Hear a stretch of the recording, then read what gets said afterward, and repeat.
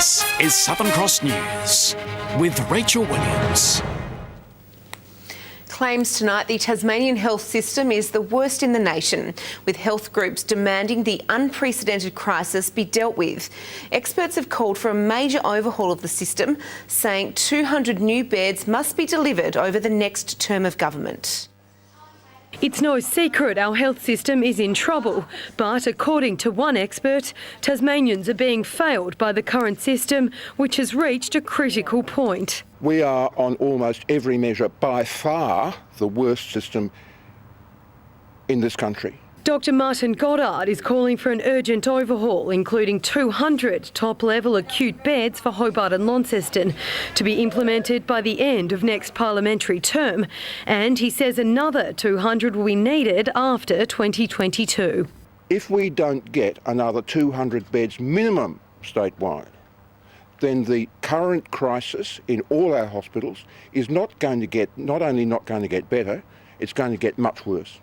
Despite government claims it is employing more staff, the paper outlines a critical shortage due to rising demand, detailing an over-reliance on casual staff. We know that there's more work to be done, which is why we're working hard to ensure that we're going to continue delivering our reforms within health. In a statement, the Health Minister claims the plan would rip money from policing and education to fund. That is an absolute obscene nonsense. That is not the case, and the Minister knows very well that is not the case. Unless he stops playing politics with this and making stupid statements like that, then our hospitals are going to be up against the 8 ball forever. The policy outlines woes within the system caused by neglect over successive governments. But these health professionals say the paper offers credible solutions within a realistic timeline. We've got the core to do really good things if the resources are available to us. If we aren't prepared to finally, after decades of decline, to turn this around, then what are our politicians for? Louise Hedger, Southern Cross News. The state opposition is ramping up its election campaign, announcing a new policy it says will help Tasmanians struggling with the rising cost of living. Labor has vowed to introduce a fairer bill system if it wins the March state election. But the government claims the party has no credibility when it comes to budget measures. We all have them. But Labor says it wants to make them a little easier for Tasmanians to handle. One of the ways we can ease the pressure is to make sure that bills don't come all at once. Taking its state election campaign to the streets of Deloraine, the opposition claims if it wins the next election, it will move to provide bill smoothing. Under its proposal, power, rates and car registration bills could be paid on flexible monthly, quarterly or biannual terms without penalty. At the moment, if you pay your car registration every 6 months, you pay more to do so. That's not fair on those people who are facing cost burdens and struggling with the daily costs of living. But the Liberals claim Labor has no credibility with reducing living costs, saying electricity prices rose 65% last time they were in power. The government today steering clear of election promises, instead focusing on the parliamentary week ahead. This week in Parliament, we're going to see the Kunyanyi-Mount Wellington Bill introduced. This bill is going to be able to provide a pathway for proponents of a cable car to go forward with their planning. This legislation is nothing more or less than a potential land grab. So, of course, we'll be standing with those Tasmanians who don't want to see our beautiful mountain desecrated by a cable car. The Greens and the Liberals adding they will this week pressure Labor to reveal where it stands on key issues. Do they support a cable car? Do they support pokies? Do they support tracks in the Arthur Pyman region? Ms White says Labor is open to alternative modes of transport on Mount Wellington and that she will soon meet with the Tasmanian Aboriginal Centre to discuss the government's plan of reopening recreational tracks in the Tarkine. Monika Dadson at Southern Cross News. Firefighters are bracing for what's expected to be one of the toughest bushfire seasons in years. And for volunteer crews, that means ramping up training regimes at their bases. One of the oldest brigades in the state has just received $50,000 from the state government to upgrade a key training area, the driveway. For safety, so we can train at night. We don't want to be rolling our ankles. Being volunteers, we don't want to be rolling our ankles and miss out on work the next day. Tasmanian residents are urged to prepare their bushfire plans. After 5 massive days, Junction Arts Festival has wrapped up for another year. Organisers labelling 2017 the best year yet, with all ticketed events selling out. And to keep with tradition, the annual Tweed Run helped finish off the festivities. Riding high for a leisurely Sunday morning ride. It's not the usual attire you see Tasmanian cyclists in, but the tweed look is all part of the fun. This is designed by my personal fashion designer, my wife Emily. I've got no involvement with the way I look, I just wear it. And Benji's a bit of a 3.5-year-old style guru, so I think this is the latest look for young kids. Dozens of eager Junction goers took part in the 7th annual Tweed Run, and it wasn't just modern bikes getting a spin. This isn't exactly mine, but this is what the bike that I won the penny farthing championships on earlier this year, and it's getting a little bit small, but I'll hang on to it a bit more before I get my bigger bike. The ride was one of more than 30 Junction Arts Festival events held over the past 5 days. Everything from free musical events to kids shows and ticketed performances were put on. An estimated 10,000 people enjoying all the activities. We sold out every ticket to every show by about Saturday afternoon, and that's unbelievable. In any festival I've run, that never happens. Funding for Junction has been secured until 2021. So while all this will be packed up by tomorrow, Princess Square will be transformed again next year. I think you'll see the music program again, because that's been really strong this year. And while there are no immediate plans, organisers hope the 5-day event could eventually run a little longer. Ideally, most festivals do run for 2 weeks, and in a perfect world, I can see this as this festival grows, we will be able to expand it. So until next year, the Junction Circus has officially rolled out of town. Monica Dadson at Southern Cross News. People around the state are being encouraged to tee off with Golf Month officially launched at the Launceston Golf Club today. There's a range of activities on offer, things like big hole golf, come and try days, nearest the pins, hole-in-ones, clinics, beginner classes, lots of things like this to attract people to the game. More than 40 clubs around the state will be taking part throughout the month. A Tasmanian teenager is preparing to take the retail world by storm after launching his own surfing label. The high school student says he's conquered challenges to get the brand off the ground, and being young shouldn't stop people from achieving their dreams.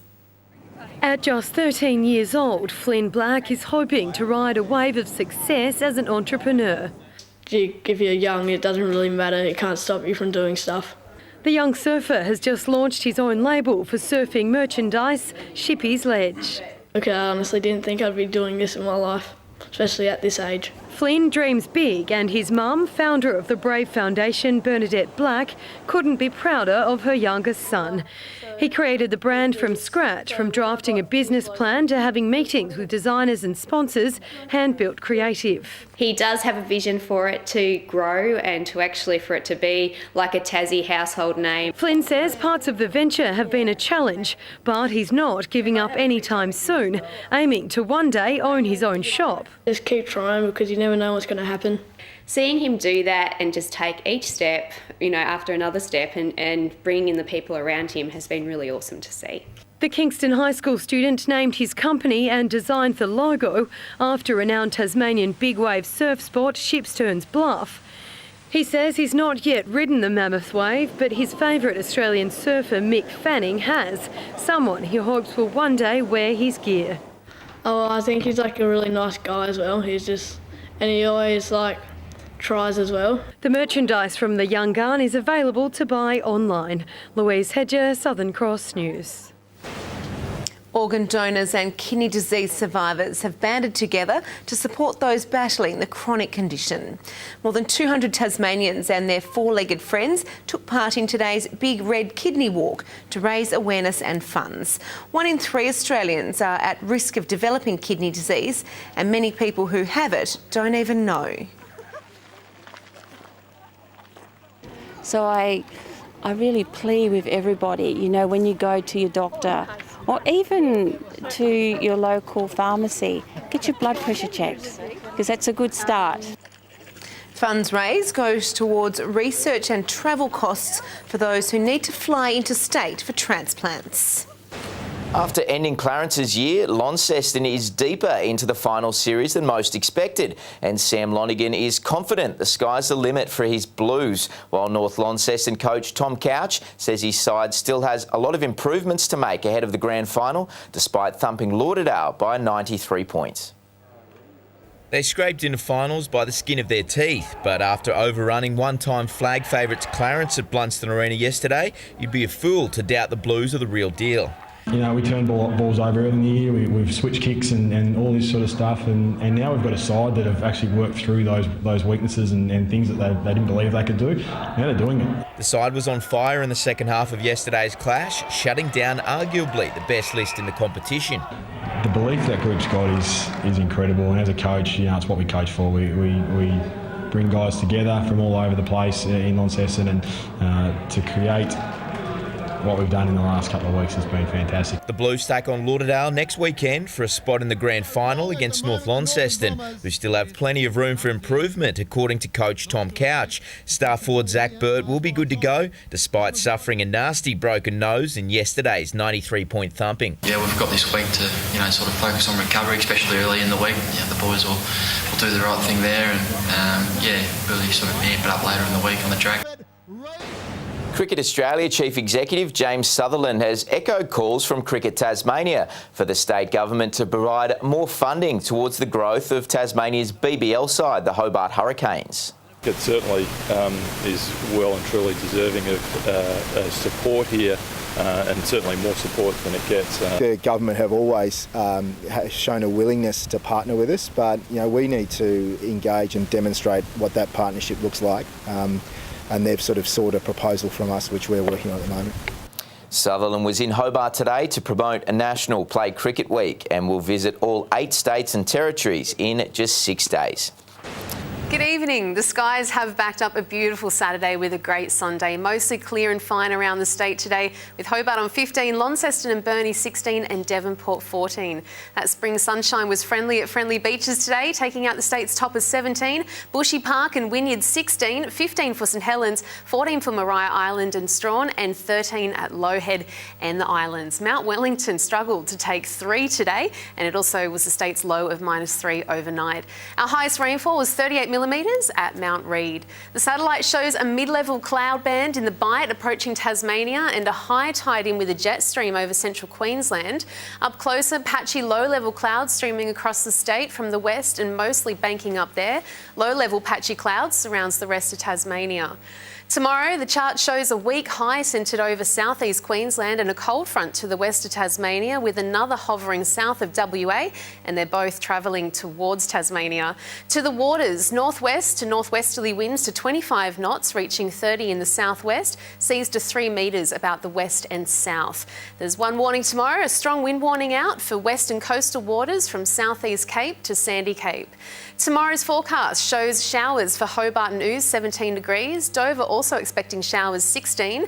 Across the north, more showers. Launceston, 15. Devonport, 14. And Scottsdale, 13. Strawn and Stanley, showers with 15. Burnie, a few showers and 14. And to the east coast, more rain. Swansea, 18. St Helens, 16. And Ross, 14. The 3-day forecast has plenty of H2O on the way. Tuesday morning, showers for the west, south and straight. Possible afternoon showers statewide. Wednesday morning, showers for the west and north, spreading statewide by the afternoon. Snowfall possible at 600 metres. And Thursday, showers across the west and south, spreading statewide in the afternoon. Snowfall expected at 500 metres. Around the country tomorrow, Adelaide, late showers 23. Melbourne, showers 19. Sydney, sunny 24. And Brisbane, a sunny 27.